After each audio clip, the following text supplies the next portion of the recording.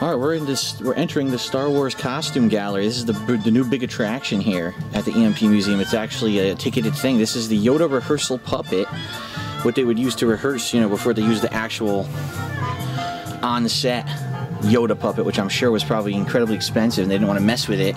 You see, it's all beat up, so got a lot of wear. Of course, the foam also disintegrates over the years, so look at the face. Damn. Now look how cool this is. It looks like you're actually entering like a starship or something as you walk in. There we go.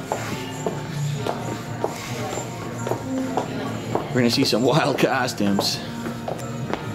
Wow, it's 3 floors? Whoa. Okay, so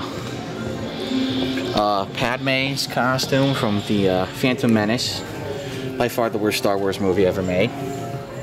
That's interesting, that costume. Obi-Wan Kenobi's costume, right? The power of the costume.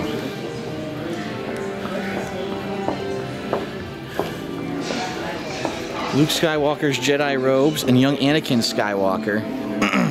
Look how little.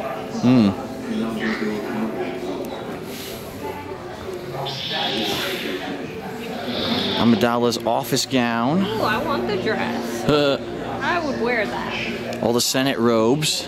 This is all from the 1990s trilogy. So these are relatively new compared to the other ones. The senatorial fabrics.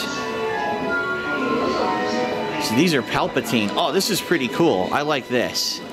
Because this is Emperor Palpatine's costumes from when he first showed up, right? Well, of course, this is not really first showed up, but when he was supposed to be younger. And then as he degraded and became more and more decrepit with the power of the dark side, you know, his robes changed and he became more bent over, hunched over. I like that.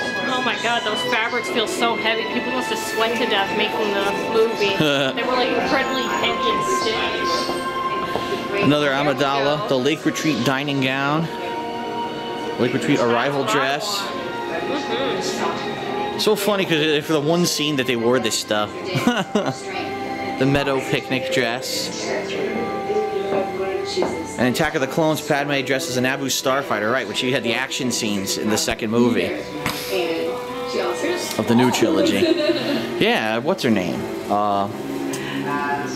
God, what's her name? Who played her? I can't remember now. I don't know, because I didn't see. I'm having a brain fart, but yeah, she's actually a very small, you know, actress. Dang, I might even be her size, maybe even slightly bigger in some ways. Can't believe I can't remember her name now. Everyone's gonna pan me in the comments. Yeah, they're gonna... I forgot. Another one. Oh, you can do a quiz on her costume. No. Find out how little you actually know. Anakin Skywalker's Jedi robes and Padme Amidala's wedding gown from Attack of the Clones. This is when they had their secret wedding. It looks very like 1900s, maybe even late 1800s with the ornate lace detail and stuff. And this was so taboo because the Jedi are not allowed to marry yet. He did it in secret. What's up with the hand? His hand got destroyed. Ugh. So that's his replacement arm. That's love right there. When you're willing to marry someone with a hand like that.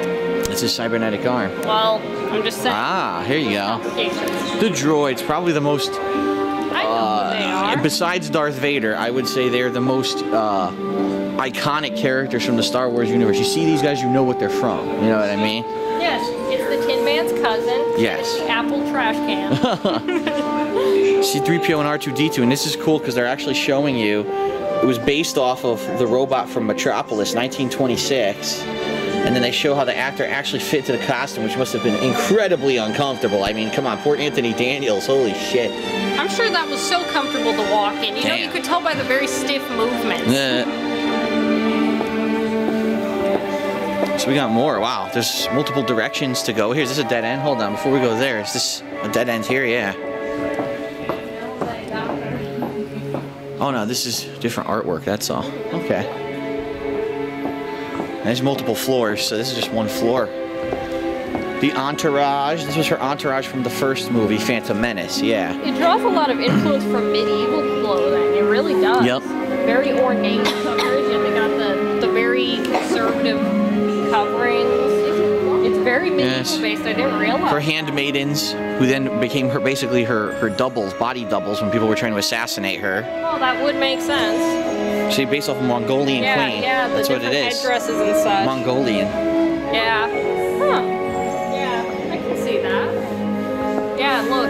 They're showing the contrast. How Princess Leia. Here's Princess Leia on the left. Wow.